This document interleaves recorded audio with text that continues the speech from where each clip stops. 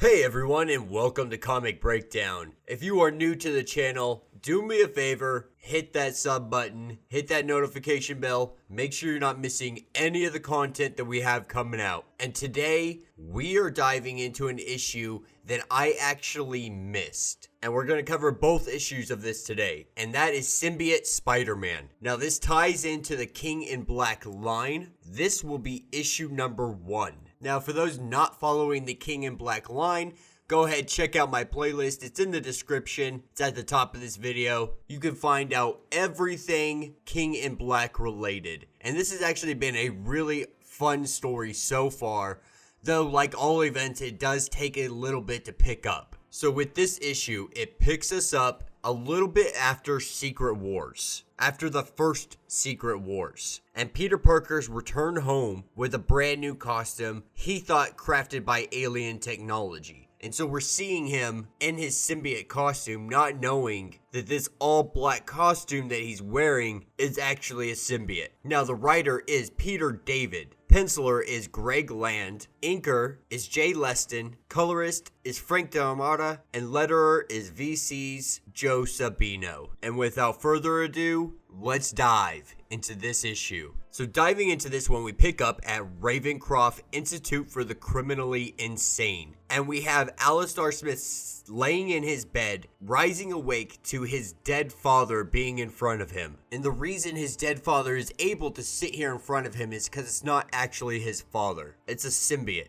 And he wants to use Alistair to be his new host. And taunts him with the idea that he can help him walk again. And so they strike a deal. And this is where we pick up on the moon. And we have the Watcher that everybody loves, observing everything that's happening on Earth. And in that moment, a beam picked him up. Unable to move, time has stopped around him, and his only thought is this should prove interesting. Now picking up in New York City, we have Peter Parker flaunting his new costume that just looks amazing. You know, he's feeling really confident in himself. And he does the normal Spider-Man thing, you know, there's a kid that runs into the street, Spider-Man whips in, saves the day, goes about his day, back to the Daily Bugle like nothing happened. And this is when Jameson sends him and Ned out. They're headed to the Ravencroft Institute, finding out that Alistair actually wants to talk. He actually wanted to see Jonah, but instead, these two are going to get sent ahead. And he's claiming he's developing cybernetic implants that he says can help people who are paralyzed. And so Peter Parker's automatically assuming, so he's a supervillain who wants to try to fix his public image. Or at least that's what it seems like is happening. Now, picking up with the Watcher. And he was beamed up into a ship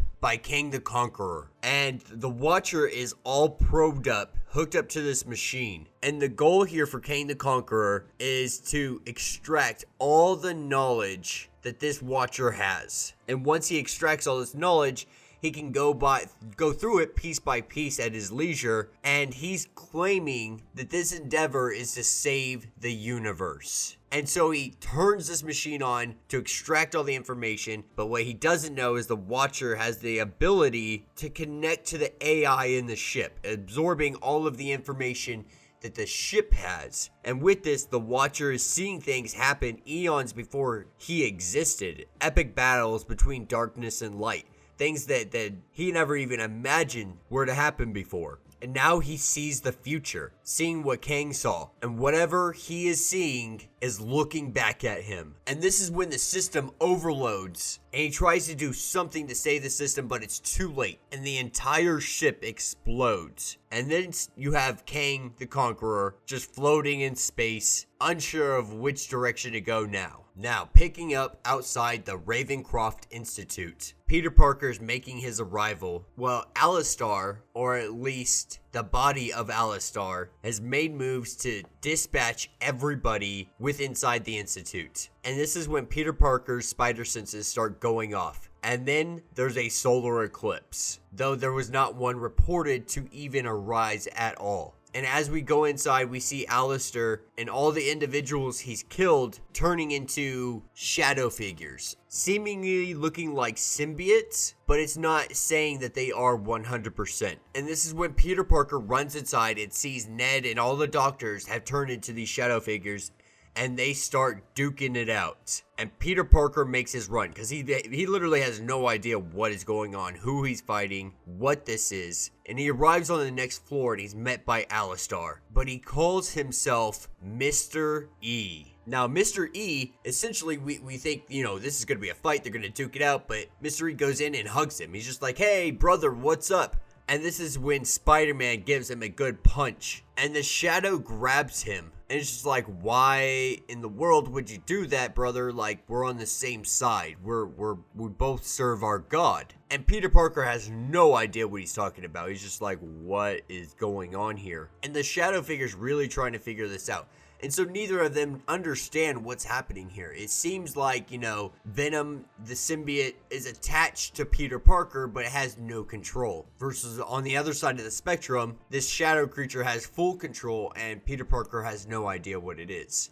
So we're really seeing these two just try to figure one another out. And Peter Parker figures out that he can hit these things, but only when he's not actively thinking about hitting them. He just has to do it. And this is when he knocks the symbiote for a loop. And as it grows, it gets bigger, we see a sword come and drive right through its chest. And the sword belonging to the Black Knight, coming in to save the day. And the Black Knight asks this Shadow symbiote if it's responsible for the eclipse. And it says simply, creation moves forward, uncreation runs backward. Work it out. Now, picking up in space, Kang the Conqueror is just floating along when he runs into a ship known as the Rack and Run 2. And the captain and crew is none other than Rocket. And that will be the end of this issue. So let me know what you guys think. You know, the King and Knull line is really awesome. It's awesome that the timeline that they're picking up in for this comic. I'm really excited. It's 5 issues in total, so that's going to be a lot of fun. We're going to dive more into this events picking up after the first Secret Wars, which is really cool that we're diving back in time to get a little bit Knull history,